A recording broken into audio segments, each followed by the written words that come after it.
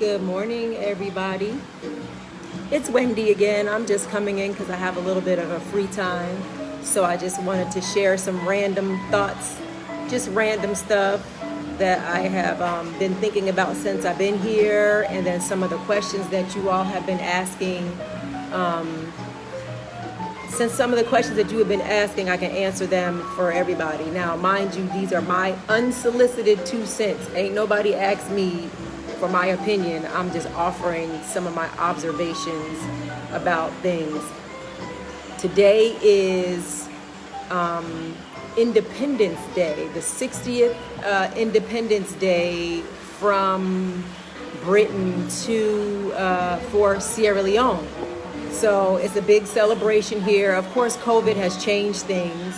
And let me know if you can hear me, because the water is, I'm back in my office, so the water is moving, and then there is some Happy Independence Day, Isa. Then the music is loud, and then there's a baby crying. So I'm just trying to make sure that you can hear. But hey, Desi. I know y'all are up getting ready for work this morning, but it's already almost noon here, and so I wanted to get in where I can fit in before we start our day here for Independence Day. But it's really interesting because, Independence Day, what does that mean? For us in the U.S., we would typically think of it as the 4th of July, but as we've evolved, we know that's not true. And so, we still aren't free, and we're still not, hi sister, we're still not free, and we're still oppressed, and it seems like it's getting worse. It seems like things are getting worse. And Isa reminded me it's also Ramadan, so some really interesting things have happened here because it's Ramadan, and because of just what's going on here right now with Independence Day, and then it being a high and holy day for people of the Islamic faith. So first of all, random, but I came here with my braids, thought I was gonna rock a whole 2 weeks, and you see, nah, no braids. So now I'm out here. I had to comb my hair with a fork because I didn't have a pick or a comb. So I went to the store, they didn't have any of those things here, so I gotta wait. Hey sister, I gotta wait to get to a place where they have those kinds of things. So I'm out here looking crazy, but it's all good. It's all good.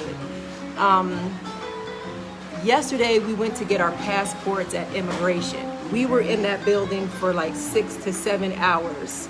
It was a whole experience, just to say the least. And one of the things I realized was that the building looked like it was poorly kept, okay? And juxtapose that against looking at, and I did not watch it, but I know people did, Prince Philip's funeral, and all the pomp and circumstance of Europe, and, Meghan and, her husband being in the news, and just all this opulence that they have. All that stuff was stolen from here. All the wealth of Europe was stolen from the African continent. Not only did they steal resources, they stole human beings. Not only did they steal the human beings, but they stole their brain power.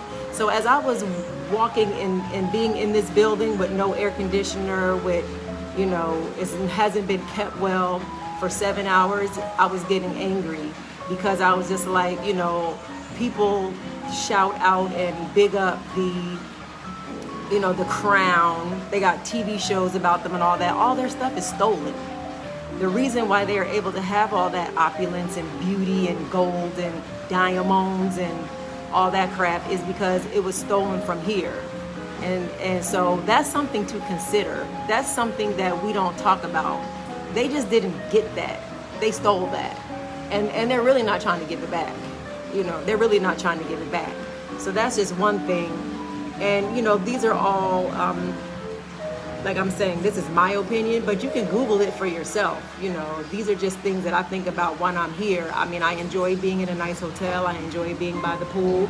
we are going out up country, and we will have a change of scenery, to say the least, this week during our trip, because it's also, and it's there's a lot of poverty here too, like straight up poverty, and a lot of things need to change here. And so, but things need to change everywhere. So just, that's something to consider. But this is my first Independence Day in my new country. And so it's almost not new, because now I have remembered where I am from. This is just a remembrance. This was always in me. This country was always in my DNA. It's just that I did not know. So now it's a remembering of it. So it's really interesting and cool to be here on Independence Day. And it's funny because I manifested this. I don't know how many years ago it was, but Isa, my Sora Isa, and my Temne sister, when I traced my DNA, her family was very welcoming, and her dad and her family brought us to their home, me and my daughter, and they told us some culture, and they gave us some good food, and they were, her dad gave me a book to read. And right then, however many years ago that was, might have been 2015, maybe 16, I guess, I said, I am going to Salone for Independence Day in April. I said I was coming, and here I am, sitting right here in Salone on Independence Day. So I manifested this to myself, and I'm really excited about it. And then we were also kind of chuckling, those of us who were on our trip, we were like, we got another black president again.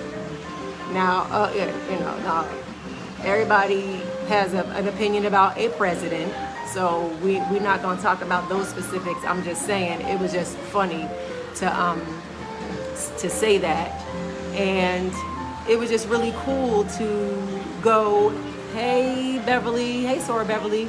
It was just really cool to be able to go through the process and to be accepted. And I think that's what everybody wants. They want to be accepted. Everybody wants to be welcomed. I mean, everywhere we go, we're saying thank you, and they're saying you're welcome. People are like waving to us on the side of the road. They're smiling at us, and they are making us feel welcome. But I had this little funny story that I wanted to share. So when I went to my village is the Tasso Island, and we were going for my naming ceremony. And if you haven't seen those pictures, I did post some of those. So we're walking, right? And the whole village is following us, like everybody, all the kids, the grandmamas, everybody, the whole village was coming to welcome us, right? And they kept saying, "O Porto, O Porto." They was calling me white man. And I didn't know what it meant at first, right? So I said, why are they saying that? And they were like, they're calling you white man, because the Portuguese were the first people that they saw when they, who came and kidnapped them. So that's what they think of. So that's what they were calling us, or Porto. And so one of my friends was like, one of my, co-travelers was like, who y'all talking to? They was like, you are Porto. I was like, nah, don't call me that, I'm black. So it was like a joke. So the little kids, I'm talking these little kids, 7, 8, they saw my reaction, and they were behind me saying it, and then I would turn around and go, stop saying that, I'm black. And they'd be like, oh, Porto. So it was like a joke back and forth between the both of us, and it was just funny. But I was like, damn, they call me the white man. I'm like, I don't want to be considered that, because those people came and stole things from them. I'm not trying to steal anything from them. I'm trying to learn, and I'm trying to be a part of the community. I'm already connected to the community. I've already been added to a WhatsApp group. So, I'm in there now because I've been added to the WhatsApp group, and they're talking, and we're talking about things, and all those donations that you all so graciously sent for me to buy supplies, that's who I'm sharing it with. I'm sharing it with my Tasso people. So that's what my name is, Ruko. Ruko is the leader of the people.